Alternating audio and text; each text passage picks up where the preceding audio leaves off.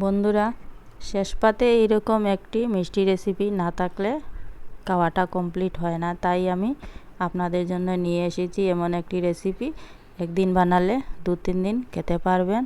আর এই গরমে শেষ পাতে এই রেসিপিটা থাকলে মন প্রাণ ভরে খেয়ে নিতে পারবেন। নিশ্চয়ই দেখে বুঝতে পারছেন এই রেসিপিটা কি। তো আমি এখানে 500 গ্রামের মতো টমেটো নিয়েছি, ভালো করে ধুয়ে পরিষ্কার করে রেখেছি। এখন আমি টমেটোগুলো কেটে নেব।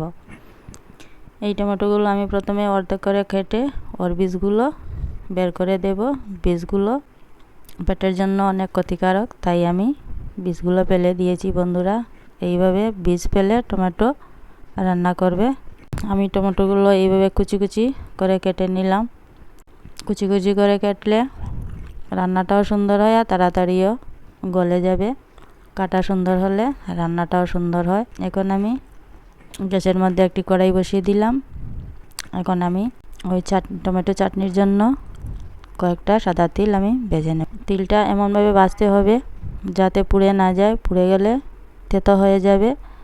আর যখন লো ফ্লেমে ভাজবে, যখন মিষ্টি মিষ্টি একটা গন্ধ বেরোবে তখন নামিয়ে নেবে। আমার তিলগুলো ভাজা হয়ে গেছে। এখন আমি তেল নামিয়ে ওই গরম কড়াইতে অল্প তেল দিয়ে দিলাম, আর তেলের মধ্যে দিয়ে দিলাম 2টো শুকনো লঙ্কা। শুকনো লঙ্কাগুলো ভাজা হয়ে গেছে। এখন আমি তার মধ্যে দিয়ে দিলাম কালো সর্ষে আর রাঁধুনি।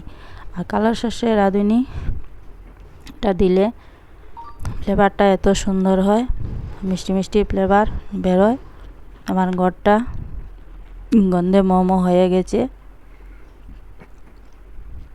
এখন আমি দিয়ে দিলাম টমেটোগুলো। এখন ভালো করে টমেটোগুলো রান্না করে নেব।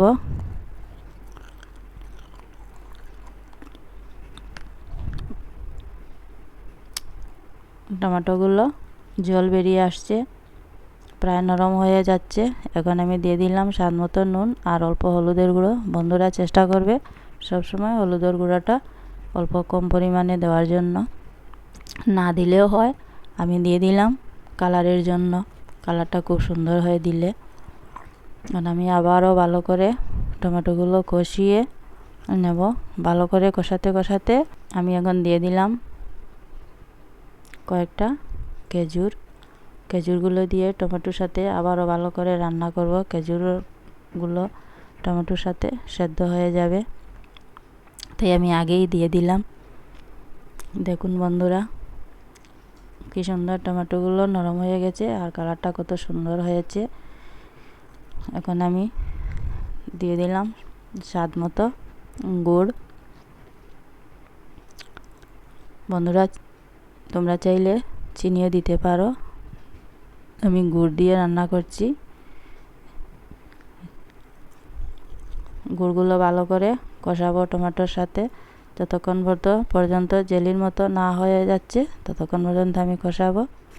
দেখুন কি সুন্দর জেলির মতো হয়ে গেছে। এখন আমি দিয়ে দিব অল্প তেঁতুলগুলো জল। এই টমেটো চাটনির মধ্যে তেঁতুলগুলো জল দিলে ফ্লেভারটা খুব সুন্দর হয়, আর টক ঝাল মিষ্টি চাটনির স্বাদটাও খুব ভালো হয়। এখন আমি দিয়ে দিলাম কয়েকটা কিশমিশ আর খেজুর দিলে চাটনিটা খুব ভালো হয়। এখন আমি ভালো করে আবারও রান্না করব।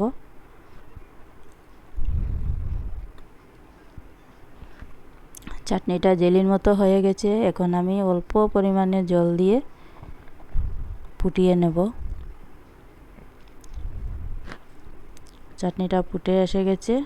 এখন আমি দিয়ে দিব ওই যে সাদা তিল ভেজে রেখেছিলাম, সেই তিলের গুঁড়া। আমি নামানোর আগে উপর থেকে তিলের গুঁড়াটা দিয়ে নামিয়ে নেব। বন্ধুরা, রেডি হয়ে গেল আমার টক ঝাল মিষ্টি টমেটোর চাটনি। এইভাবে একদিন বানিয়ে খাবেন, দারুণ লাগবে। আর একদিন খেলে বারবার খাওয়ার ইচ্ছা করবে আর বানাতে ইচ্ছা করবে। আর এই রেসিপিটা যদি আমার ভালো লাগে তাহলে আমার চ্যানেলটাকে সাবস্ক্রাইব করে আমার পাশে থাকবেন। ধন্যবাদ।